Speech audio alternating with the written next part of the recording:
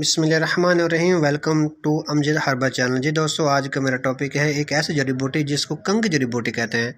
جی دوستو، کنگ جڑی بوٹی جس کا پودا زمین سے تقریباً 1 گز بلند ہوتا ہے اور اس کو پنجابی زبان میں پیلی بوٹی کہتے ہیں، انگریزی زبان میں کاؤنٹر میلو کہتے ہیں اور ویدک میں اتی بیلا کہتے ہیں۔ اتی بیلا یعنی ایک ایسی بوٹی جو بہت زیادہ طاقت والی ہو۔ اب اس کو ایسا کیوں کہتے ہیں آپ لوگوں کو آگے جا کے پتہ چل جائے گا۔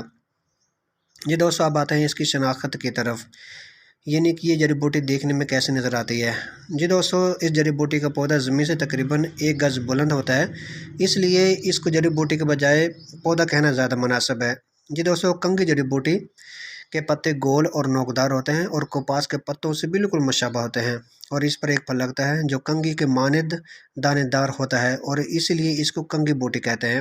یہ دوستو، اس پر پھول بھی لگتے ہیں اور ان پھولوں کا رنگ زرد ہوتا ہے اور اسی وجہ سے اس کو پنجابی زبان میں پیلی بوٹی یعنی کہ پیلے پھولوں والی بوٹی کہتے ہیں۔ جی دوستو، ان خصوصیات اور ان علامات کی وجہ سے کوئی بھی عام آدمی اس جڑی بوٹی کو اگر دیکھ لے تو وہ پہچان سکتا ہے کہ یہی کنگی جڑی بوٹی ہے، کیونکہ اس کے ایک تو پھول لگتے ہیں پیلے رنگ کے اور اس میں پھل لگتے ہیں جو کنگی سے بالکل مشابہ ہوتے ہیں اور اس کے چھوٹے پتے ہوتے ہیں جو نوکدار ہوتے ہیں۔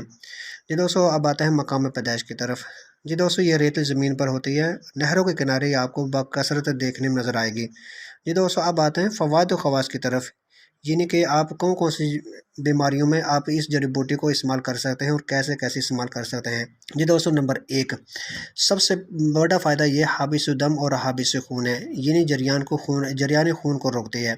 جریان خون سے مراد جسم کسی بھی حصے سے خون کا آنا، مثال کے طور پر ناک کے راستے سے خون کا آنا جس کو ہم نکسیر بھی کہتے ہیں، اس کے علاوہ مسوڑے سے خون کا آنا یا پھر خونی بواسیری موقع سے خون کا آنا، مثانہ یا پھر پیشاب کی نالی میں انفیکشن یا سوزش ہونے کی وجہ سے بعض اوقات پیشاب کے ساتھ خون آنا شروع ہو جاتا ہے، یا پھر کثرت حیض کی شکایت ہو۔ ان تمام عوارضات کے لیے جریان خون کو روکنے کے لیے کنگی بوٹی کا استعمال بہت ہی مفید ہے۔ جی دوستو، ان تمام بیماریوں کے علاج کے لیے کنگی بوٹی کا آپ جوشاندہ پکا کر یا پھر خساندہ یعنی رات کو پانی میں بھگو کر اور صبح کو نتھار کر پی لیں۔ ان تمام عوارضات اور جریان خون کو روکنے کے لیے بہت ہی فائدہ مند ہے۔ جی دوستو، اس بوٹی کو صحیح استعمال کرنے اور اس سے مکمل فائدہ حاصل کرنے کے لیے ایک اور طریقہ ہے، وہ یہ کہ کنگی بوٹی کے تازہ پتے لیں اور پھل لیں۔ ان دونوں چیزوں کا وزن تقریباً 8 سے 10 گرام ہو۔ اب ان دونوں چیزوں کو اچھی طرح پیس لیں اور بعد میں اس میں تھوڑا سا پانی بھی شامل کر لیں۔ اب اس پانی کو نتھار کر استعمال کریں، پی لیں۔ صبح شام آپ اس پانی کو استعمال کریں تو انشاءاللہ چند دن کے لگاتار استعمال سے جریان خون۔ نمبر 2، دوسری بڑی خاصیت کنگی جڑی بوٹی محلل اورام ہے، یعنی ورموں کو تحلیل کرتی ہے، یعنی پھوڑا پھنسی وغیرہ کو تحلیل یا پھر پکانے کے لیے کنگی جڑی بوٹی کے پتوں کو لے کر گھی میں اچھی طرح چوپڑ لیں اور ہلکا سا گرم کر لیں۔ ہلکا سا گرم کرنے کے بعد ورم وغیرہ پر لگا دیں تو ورم انشاءاللہ تحلیل ہو جائے گا۔ نمبر 3، اس کے علاوہ اندرونی سوزش یعنی معدہ کی سوزش، جگر کی سوزش، بدن کے اندر کسی بھی جگہ سوزش یا ورم ہو، کنگی جڑی بوٹی کا استعمال بہت ہی مفید ہے۔ نمبر 4، چوتھا فائدہ اس جڑی بوٹی کا وجہ مفاصل یعنی جوڑوں کے دردوں کے لیے کنگی بوٹی کے چھوٹے پتوں کو لے کر روغن کنجد یعنی میٹھا تیل جس کو تیلوں کا تیل بھی کہتے ہیں یا پھر سرسوں کے تیل میں اچھی طرح چوپڑ کر اور ہلکا سا گرم کرنا ہے۔ یہ دوستو ہلکا سا گرم کر کے اس پتے کو درد کی جگہ پر باندھے تو انشاءاللہ جوڑوں کے دردوں سے نجات مل جائے گی۔ نمبر 5، پانچواں فائدہ اس جڑی بوٹی کا استعمال ہر قسم کے بخار، خشک کھانسی یا بلغمی کھانسی وغیرہ میں اس بوٹی کا جوشاندہ بنا کر استعمال کرنا بہت فائدہ مند ہے۔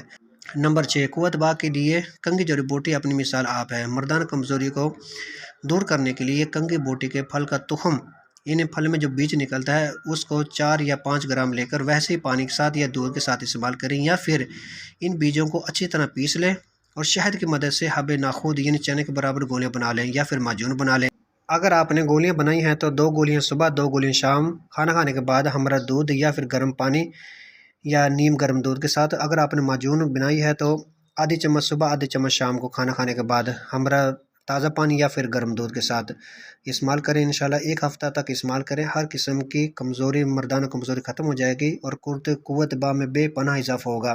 نمبر 6 جی، مسوڑوں کی انفیکشن یا ماس خوراک کے لیے اس جڑی بوٹی کے بیجوں کو تخم کو پانی میں ابال کر غرارے کرنے سے مسوڑوں کو تقویت ملتی ہے، جس سے دانتوں کا درد جاتا رہتا ہے اور ماس خورا بھی ختم ہو جاتا ہے۔